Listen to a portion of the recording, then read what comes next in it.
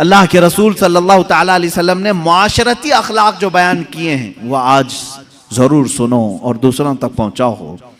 Society में रहने के लिए कौन से अखलाक चाहिए? आप एक मुआशरे में रह रहे हैं, एक मोहल्ले में रह रहे हैं, आपके अखलाक कैसे रहें? रसूल करीम सल्लल्लाहु ताला अलैहि वसल्लम की तालीमात जब पढ़ो, अल्लाह अल्लाह, मेरे आका फरमाते हैं मेरी उम्मत में से वो ईमान वाला है ही नहीं कि रात को खाना पेट भर कर खा के सोया हो और उसका पड़ोसी भूखा सो रहा हो।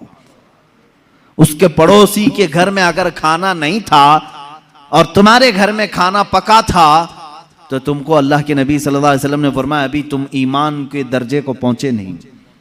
यह है मुआशरती अखलाक, सोसाइटी के अखलाक कि जिस जगह तुम रह रहे हो अपने साथ दूसरों की फिक्र रखना। मैं खा रहा हूं तो मेरे बगल वाले का क्या हाल है, अगर वो लोग भी अच्छे हैं तो तुम भी अच्छे खाओ। आपके घर के अगल बगल पड़ोस में सारे लोग अच्छी चीजें खा रहे हैं तो तुम भी खाओ।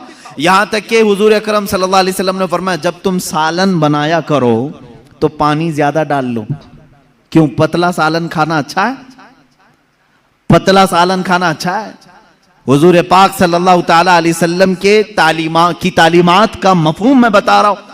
फरमाते हैं कि तुम जब सालन बनाया करो तो थोड़ा शोरबे में पानी ज्यादा कर लो ताकि तुम्हारे पड़ोसियों को भी थोड़ा उसमें दे सको। और अगर कोई गाढ़ा सालन ही दे सकता है तो दे दे। ये उसके लिए फरमाया गया जो बहुत ही गरीब है और कभी सालन पका रहा है। फरमाएगा तू भी अकेला मत खा, तेरे सालन में थोड़ा पानी ज्यादा करके दूसरों को भी शामिल कर ले। ये सोसाइटी के अखलाक है। ये सारी चीजें क्या आज हम में से उठ नहीं गई? हमारे यहाँ कितने बीमार पड़े होंगे, हम में से कोई उनको देखने नहीं जाता। इयादत कई सुन्नतें खत्म कर दी लोगों ने, और खास तौर पर शहरी जिंदगी ऐसी हो गई है। मैंने देखा है शहरों की जिंदगी ऐसी है कि सेल्फिश हो गए लोग, किसी दूसरे की उन्हें परवाह नहीं, फिक्र नहीं, और दूसरों के सिलसिले में सिर्फ अपने घर में बैठ करके डिस्कस करते रहना, बातें बनाते रहना, उनकी गीबत करना, उनके घर में आने जाने वालों पर नजर रखना। यही अखलाक है सोसाइटी में रहने के। सोसाइटी में रहने के अखलाक ये होनी चाहिए कि एक जिस्म जिस तरह से हो कि अगर हाथ को दर्द करे तो पूरे जिस्म में बुखार आ जाए। अगर मोहल्ले में एक बीमार हो तो सारे लोग फिक्रमंद हो जाएं और सब दुआ करें कि अल्लाह मेरा पड़ोसी बीमार है, उसे तू जल्द शिफा अता कर। ये ईमान वालों का मुआशरा है जो मेरे आका सल्लल्लाहु ताला अलैहि वसल्लम के अखलाक का एक शाहकार है। हुजूर पाक सल्लल्लाहु ताला अलैहि वसल्लम ने मदीना तैयबा में वही अखलाक पैदा किए। क्या आपको मालूम नहीं हो मशहूर हदीस, एक सहाबी के घर गोश्त की भुनी हुई सरी बकरी की आई, यानी गोश्त भुना हुआ उनके घर आया। उस सहाबी ने देखा, शोहर बीवी थे, खाने के लिए बैठे, भूखे भी थे। उन्होंने सोचा पड़ोसी को दे देते हैं। उन्होंने पड़ोस में भिजवा दिया। पड़ोस के घर गोश्त आया, उन्होंने देखा खाने के लिए लजीज है, भूख भी लगी है, कहा मेरे अपने पड़ोसी को दे देता हूँ। उन्होंने तीसरे को दे दिया, तीसरे ने चौथे को दे दिया, चौथे ने पांचवें को दे दिया। हर एक के पास ये अखलाक है। यहां तक के हदीस में है वो बकरी का भुना हुआ गोश्त घूमते घूमते फिर उसी पहले सहाबी के घर आ गया, जहां से वो गया था वहीं आ गया। इसका मतलब है कि मदीने में हुजूर पाक सल्लल्लाहु ताला अलैहि वसल्लम ने आला किस्म के इंसानों की सोसाइटी बनाई थी जो एक दूसरे पर अपनी जान वारफ्ता करते थे, जान बिछाते थे। अजीज़ान गिरामी वक़ार, उन अखलाक अजीमा को वापस ले आओ। रसूल करीम सल्लल्लाहु ताला अलैहि वसल्लम के अजीम अखलाक में से ये है कि आप दूसरों की फिक्र के लिए हमा वक्त मसरूफ रहते। यहाँ तक के चंद मिसालें मैं आपको बताऊं। हुजूर पाक सल्लल्लाहु ताला अलैहि वसल्लम से एक सहाबी आए और उन्होंने पूछा, आका मैं आपको कहाँ ढूंढूं, कहाँ ढूंढूं? वो ढूंढ ढूंढ करके आए थे मदीने में, और एक जगह हुजूर पाक सल्लल्लाहु अलैहि वसल्लम से मुलाकात हो गई। हुजूर ने देखा उनको, मुस्कुराया। जवाब क्या फरमाया? मस्जिद नबवी की चौखट में, मेरे घर के दरवाजे के बाहर नहीं। फरमाते हैं उबगूनी फी दुआफाइकुम, फरमाते हैं तुम मुझे अपने कमजोर और गरीब लोगों में ढूंढो। जो मुआशरे के गरीब लोग हैं, जो कमजोर हैं, वहां जाओ, मोहम्मद तुम्हें मिल जाएगा। ये मेरे आका सल्लल्लाहु अलैहि वसल्लम ने फरमाया उबगूनी फी दुआफाइकुम, मुझे ढूंढो अपने गरीबों में, अपने फकीरों में। अल्लाह के नबी सल्लल्लाहु तआला अलैहि वसल्लम की अखलाक करीमा थे, आला अखलाक थे कि लोगों की मिजाज पुरसी करना और छोटे लोगों के साथ भी वक्त बिताना। यहां तक कि अदी बिन हातिम, एक बहुत बड़े शख्स का नाम मैं बता रहा हूं। हातिम ताई का नाम कौन नहीं सुना होगा? दुनिया का एक मशहूर सखी आदमी हातिम ताई, जो इतना बांटता था लोगों को कि कभी उसने ना नहीं कहा। मशहूर है कि उसके 7 दरवाजे थे महल के, एक दरवाजे से कोई आता उसको इतना दिया जाता, फिर दूसरे दरवाजे पर आता तो उतना और दिया जाता, तीसरे दरवाजे पर आता तो उतना और दिया जाता। 7 दरवाजों पर अगर कोई एक मांगने वाला आता तो 7 दरवाजों से हातिम ताई देता था। हुजूर पाक सल्लल्लाहु तआला अलैहि वसल्लम के जमाने से थोड़ा सा पहला जमाना है हातिम ताई का। हातिम ताई का वो बड़ा सखी इंसान था। हुजूर पाक सल्लल्लाहु तआला अलैहि वसल्लम के बाद फरामीन में उसकी तारीफ भी मिलती। हातिम ताई बड़ा सखी आदमी था, लेकिन मेरे आका से ज्यादा सखी नहीं है, ये बात तो तयशुदा है। अच्छा, एक सवाल किसी ने ये भी किया है कि हातिम ताई के तो 7 दरवाजे थे, 7 दरवाजे थे, हर दरवाजे पर उतना उतना दिया जाता था। मोहम्मद अरबी सल्लल्लाहु अलैहि वसल्लम का एक ही दरवाजा था, ये बड़े सखी कि वो बड़े सखी। हातिम ताई बड़ा सखी है, 7 दरवाजे बांटने के लिए रखता। एक आशिक रसूल ने जवाब दिया, मियाँ साइल को, फकीर को दूसरे दरवाजे की हाजत उस वक्त होती है जब पहले दरवाजे से पेट भरकर नहीं मिलता।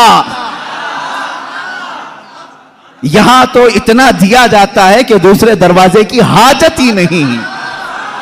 आला हज़रत फाजिल बरेलवी रहमतुल्लाह तआला अलैह ने फरमाया है, इमाम इश्क व मोहब्बत बारगाह रिसालत मुआब सल्लल्लाहु तआला अलैहि वसल्लम में फरमाते, मेरे करीम से गर कतरा किसी ने मांगा, दरिया बहा दिए हैं, दुर्बे बहा दिए हैं। सरकार में न ला है, मांगेंगे मांगे जाएंगे, मुंह मांगी पाएंगे। सरकार में न ला है न हाजत अगर की है। 2 चीजें हुजूर की बारगाह में नहीं है। क्या? ला का मतलब नहीं। आया कुछ मांगने के लिए, हुजूर ने कहा नहीं चल ये नहीं दूंगा। हुजूर ने ये कभी नहीं फरमाया पूरी जिंदगी में। ला का लफ्ज हुजूर के पास हुआ नहीं किसी फकीर के लिए। और दूसरी चीज है अगर यानी मेरे पास कोई आया, मैं कहा अगर नमाज पढ़ेगा तो दूंगा, अगर रोजा रखेगा तो दूंगा। हुजूर ने कभी किसी को बांटा है तो अगर पे भी नहीं दिया, अगर तो अच्छा बनेगा तो दूंगा, नहीं। आला हज़रत फरमाते हैं, सरकार में न ला है न हाजत अगर की है। वाह क्या जूदो करम है शहे बतहा तेरा, नहीं सुनता ही नहीं मांगने वाला तेरा। उस हातिम ताई के बेटे की बात कर रहा हूं, अदी बिन हातिम। अदी नाम था, अदी। ये एक जंग में हुजूर पाक सल्लल्लाहु तआला अलैहि वसल्लम के सहाबा के मध्य मुकाबिल आया, और अदी की बहन भी थी। बहन गिरफ्तार होकर के आ गई। अदी भाग करके मुल्क शाम चले गए। वो यमन में रहते थे, यमन में लड़ाई हुई, सहाबा गालिब आए, वो यमन से फरार होकर मुल्क शाम चला गया। अदी की बहन गिरफ्तार होकर मदीने तैयबा आई। हुजूर पाक सल्लल्लाहु तआला अलैहि वसल्लम ने सहाबा से फरमाया, अगरचे वो कैदी बनकर के आई, लेकिन हातिम की बेटी है, उसके साथ अच्छे अखलाक से पेश आओ। कैदियों के साथ अच्छे अखलाक से पेश आना मेरे आका की शान है। कैरेक्टर की सर्टिफिकेट बांटने वाले आज जो अमेरिका है सुपर पावर कहलाता है अपने आप को, अबू ग़रीब जेल, गुआंतानामो बे जेल, ये दुनिया की बदनाम जमाना जेल, जहां कैदियों से ऐसा सुलूक किया गया है जहां जानवरों की साथ भी नहीं किया जाता। इराक के कैदी, इराक के, शाम के, ईरान के जो कैदी इनके यहां आए, उन जेलों में रख करके इतनी सजाएं दी गई, अल्लाह की पनाह। इनके अमेरिकी फौजियों ने कैदियों के मुंह में पेशाब किया है। ये तारीख में मौजूद चीजें हैं, और उनको अजियतों से ऐसा गुजारा है कि मैं बयान नहीं कर सकता उनके साथ क्या क्या किया जाता है। जानवरों से भी ज्यादा जलील उनके मुसले किए गए हैं, मुसले किए गए हैं, आंखों में सलाइयां फेरी गई। आज के जमाने में ये कैदियों के साथ इस तरह का सलूक करते हैं। अल्लाह के नबी सल्लल्लाहु तआला अलैहि वसल्लम ने कैदियों के साथ बुरा सलूक नहीं फरमाया। बदर से ही ले लें आप, जंगे बदर में तो 70 कैदी आ गए थे, लेकिन अल्लाह के नबी सल्लल्लाहु अलैहि वसल्लम ने किसी को ना जलाने का हुक्म दिया ना मारने का। बाद सहाबा कह रहे थे कि ये वही लोग हैं जो मक्का में सहाबा को मारते थे, कत्ल भी किया है इन लोगों ने, ये आज पकड़े गए, इनको मारें। नबी कौनैन सल्लल्लाहु ताला अलैहि वसल्लम ने उन कैदियों के मुतालिक कहा जिसके पास फिदिया है, फिदिया देकर के आजाद हो जाए, और जिसके पास फिदिया देने की रकम नहीं है वो मेरे 10 सहाबा को कोई हुनर सिखा दे, वो आजाद हो जाए। जंग में कैदी होकर के आए हैं, ऐसों को तो कोई नहीं छोड़ता।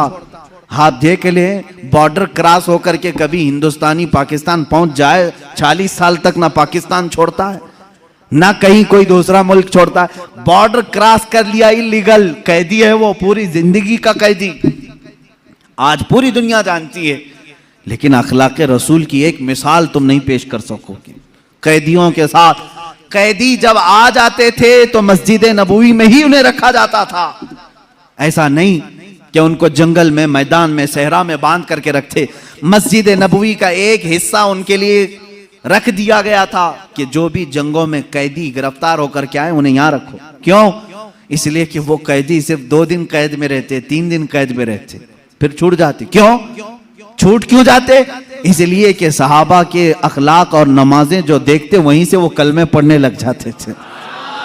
ये हिकमत बालिगा थी मेरे आका सल्लल्लाहु अलैहि वसल्लम की। कैदियों को मोहब्बतों से ईमान की तरफ भी बुलाया, और जो ईमान लाया फिर वो किसी का कैदी नहीं, फिर किसी का कैदी नहीं। हत्ता कि कातिल भी ईमान लाया है तो हुजूर ने माफ किया है।